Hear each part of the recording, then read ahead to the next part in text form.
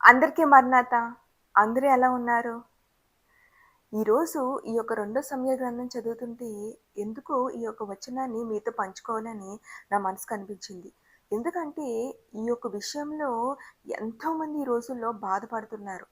ఎంతమందైతే ఈ వాక్యం వింటున్న సమయంలో ఈ విషయంలో బాధపడుతున్నారో దేవుడు నీకే ఇస్తున్నాడు వాగ్దానం. ఆయన వాగ్దానం చేస్తే ఆ వాగ్దానాన్ని నెరవేర్పు చేసేవాడు మన యేసయ్య. ఏంటి ఆ వాగ్దానం అని ఆశతో ఎదురు చూస్తున్నారా? మీ దగ్గర బైబిల్స్ ఉంటే తీసి వాగ్దానాన్ని ఎత్తి పట్టుకొని చదవండి. లేదా నాతో పాటు కలిసి మీరు కూడా ఏకీభవించి చదవండి. 2 సమూయేలు గ్రంథము 7వ అధ్యాయం 11వ వచనంలో చివరి 2 లైన్‌లు. యెహోవానగు నేను నీకు తెలియజేయనిదేమనగా నేను నీకు సంతానము కలగజేయుదును. ఆమేన్. సో, ఇక్కడ దేవుడు అంటున్నాడు ఆయన నీకు తెలియజేస్తున్నాడు. ఏమని? నేను నీకు సంతానము కలగజేయబోతున్నాను. ఆమేన్. సో, బైబిల్‌లో మనం చూస్తాం గర్భఫలము యెహోవా ఇచ్చు బహుమానము అని. సో, ఈరోజు ఈ మాట వింటే నీ జీవితంలో గర్భఫలం లేక నువ్వు బాధపడుతున్నావా? అది 2 సంవత్సరాల, 5 సంవత్సరాల, 10 సంవత్సరాల, 15 సంవత్సరాల అన్నది కాదు. ఈ వాక్యం వింటున్న సమయంలో నీ జీవితంలో గర్భఫలం లేక ఎన్నో హాస్పిటల్‌కి తిరిగావేమో, ఎన్నో మెడిసిన్స్ వాడావేమో, ఎన్నో ప్రయత్నాలు చేసావేమో, అయినప్పటికీ కూడా గర్భఫలం లేక నిరుత్సాహంతో ఈ మాటలు వింటున్నావేమో. మరి దేవదేవుడు నీకే ఇస్తున్న వాగ్దానము ఆయన నీకే తెలియజేస్తున్నాడు. ఆయన నీకు గర్భఫలాన్ని కలగజేయబోతున్నాడు.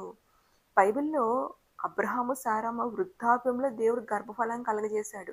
హన్న దేవుని సన్నిధిలో ఏటేటా కూడా దేవుని సన్నిధిలో కన్నీళ్లు కార్చి ప్రార్థన చేసినందుకు హన్నాకు దేవుడు గర్భఫలం దయచేశాడు. ఎలిజబెత్, జకర్యాలకు వృద్ధాప్యంలో దేవుడు గర్భఫలాన్ని కలగజేశాడు. ఇక్కడ అసాధ్యమైన కార్యాన్ని దేవుడు సాధ్యపరిచి చేపించాడు వృద్ధాప్యంలోనే. అలాంటి నీ జీవితంలో 2 సంవత్సరాలైంది, 5 సంవత్సరాలైంది అని నువ్వు బాధపడుతున్నావేమో. నువ్వు బాధపడవలసిన అవసరం లేదు. నువ్వు దేవుని సన్నిధిలో మోకరించు. ఈ క్షణమే, ఈ రోజు నుంచే ఈ వాగ్దానాన్ని ఎత్తి పట్టుకొని ప్రార్థన చేయి. దేవా 2 సమూయేలు గ్రంథంలో 7వ అధ్యాయం 11వ వచనంతో నాతో మాట్లాడావు కదా! నేను నీకు సంతానం కలగజేయబోతున్నాను అని. ఖచ్చితంగా ఈ వాగ్దానం దేవుడు నీ జీవితంలో నెరవేర్పు చేయబోతున్నాడు. ఇక నిలబడి నా జీవితంలో కూడా 8 ఇయర్స్ నేను పిల్లల కొరకు బాధపడిన రోజులున్నాయి. కానీ దేవుడు 8 ఇయర్స్ తర్వాత చక్కటి కుమార్తెను దేవుడు నాకిచ్చి, ఆ కుమార్తె ద్వారా ఆయన సేవలో నన్ను ఇలా నడిపిస్తున్నాడు. కాబట్టి ఈ వాగ్దానాన్ని ఎత్తి పట్టుకుని ప్రార్థన చేయి. దేవుడు నీ జీవితంలో గర్భఫలాన్ని తెరవబోతున్నాడు. నిన్ను గొప్ప సాక్షిగా ఆయన నిలబెట్టుకోబోతున్నాడు. ఆమేన్. మీరు ఈ వాగ్దానం నమ్మినట్లయితే కింద ఆమేన్ అని కామెంట్ చేయండి. సో, అలాగే ఈ వాక్యాన్ని మీకు తెలిసిన వాళ్ళు ఉంటే వారికి షేర్ చేయండి. మరణాత.